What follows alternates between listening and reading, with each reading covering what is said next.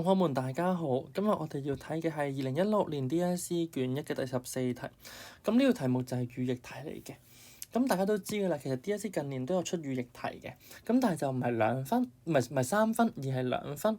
而家其實2分多嘅，咁佢會點樣考咧？佢會一個句子有前後2句嘅，咁佢會分咗做前後2部分，前邊1分，後邊1分。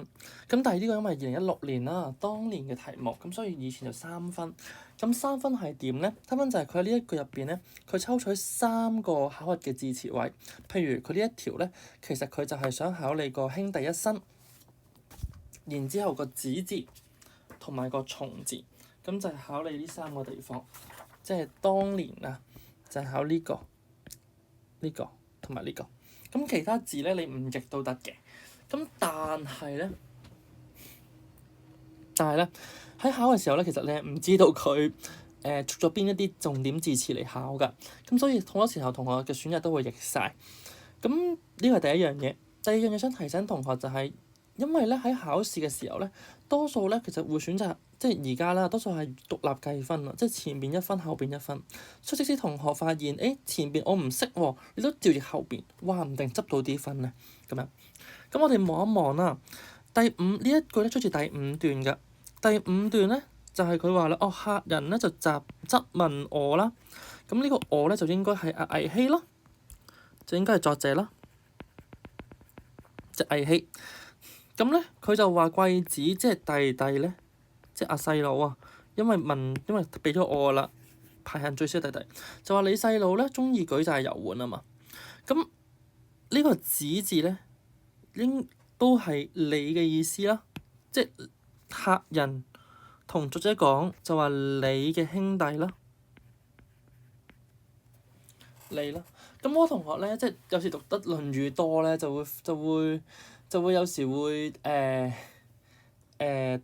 個人咧轉唔到啊，就以為係孔子啦，因為子曰啊嘛，即係子曰啊，非禮勿視，非禮勿聽咁樣。咁但係其實呢個子字咧係解，即係最基本咧應該係解你嘅意思，係解你或者係解兒子啦都得嘅，子女嗰啲都得嘅。咁但係呢一度就好明顯佢係解你嘅意思嘅，解你嘅意思嘅，即係第二人稱。咁我哋一齊嚟望一望啦。呢個你咧，其實喺文章入邊咧，其實係講緊係倪希啦。咁佢就話咧，你之兄弟，你咁好多同學呢度解之字係解的啦，解的。咁就話你嘅兄弟咧，一生，咦咪呼應緊後邊咯，呼應緊後邊獨生咯。咁即係呼應緊前邊嗰個呢度獨生啊嘛，我自己一個。即係好多同學就會解你嘅兄弟咧自己一個，又咧為子之言之從啦。咁呢個言咧應該係説話啦，應該係話語啦。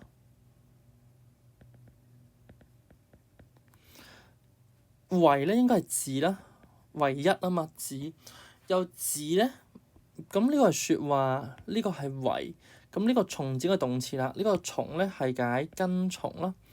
又只係聽從，又只係跟從咧你嘅説話。咁我可以先解咗後邊先，因為後邊相對較易嘅。又只咁將個從字擺返前邊啦，又只聽從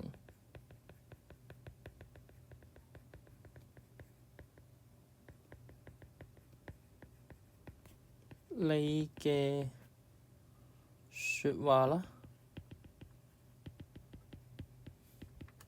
咁呢度後面嗰個捉嘅就係你啦，同埋説話啦，你的説話啦。咁呢一度你唔譯個聽字都得嘅，你直接係又指從你嘅説話都得嘅。唔好意思，應該係佢考嘅應該係個聽從啦，同埋你。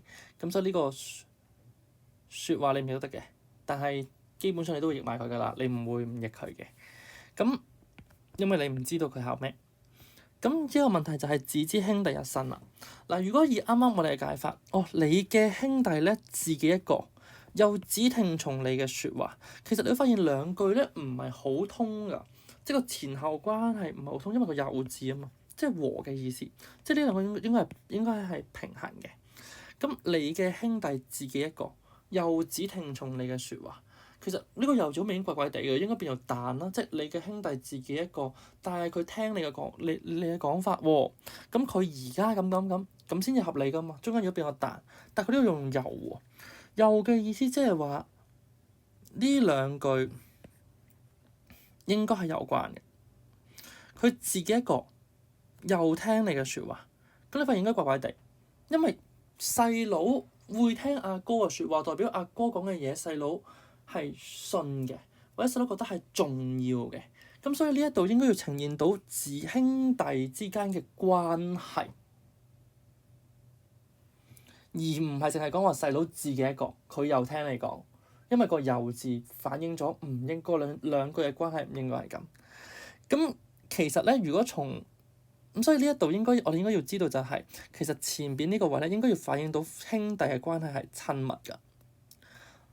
咁佢先至會聽你講嘢啊嘛，聽阿哥阿毅希講嘢啊嘛。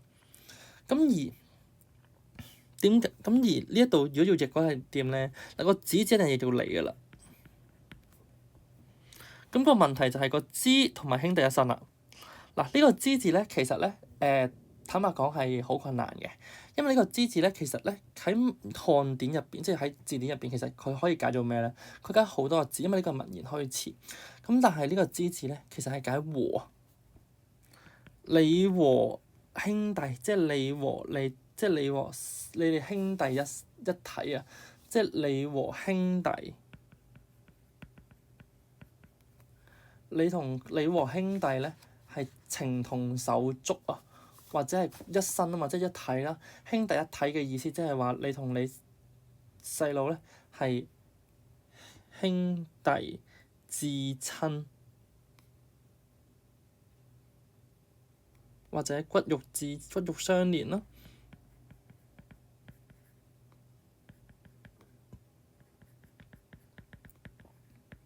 或者最直接嘅同學寫關係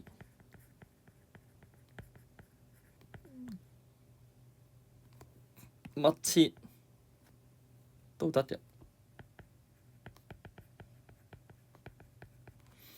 咁密切都得嘅。咁所以呢一度其實最難嘅地方係咩咧？最難地方有兩個位嘅。第一個位就係你可唔可以解到呢前句同後句喺句意上邊嘅相關？後邊係講個兄弟即係貴子禮只聽從阿哥嘅説話。咁只聽從阿哥嘅説話，其實就應該係講緊兩者嘅關係係好深厚嘅，好親密嘅。咁因為個又字，所以反映到咧前後嘅關係應該要係相連嘅。咁即係話前面嗰樣應該解釋到後邊嗰樣嘢。咁如果淨係寫話阿貴子禮只係自己一個咧，其實就連接唔到落去只聽從你嘅説話嗰度。呢個第一個位解清楚解清楚兩句嘅句意。第二個位就係要諗到個之字係等於和嘅意思，呢個係比較困難嘅。咁但係如果同學們解唔到咧，其實你都會諗到兄弟一身咧，應該代表兄弟一體啦。咁兄弟一體即係阿哥同細佬咧，其實一個用一個身體，咁呢個好奇怪啦，用個身體其實係比喻緊關係密切啦。咁所以呢度寫翻關係密切都得嘅。咁就講緊你即係阿毅希同埋佢細佬嘅關係係好密切嘅。咁細佬又淨係聽佢講，咁就會通順啲啦。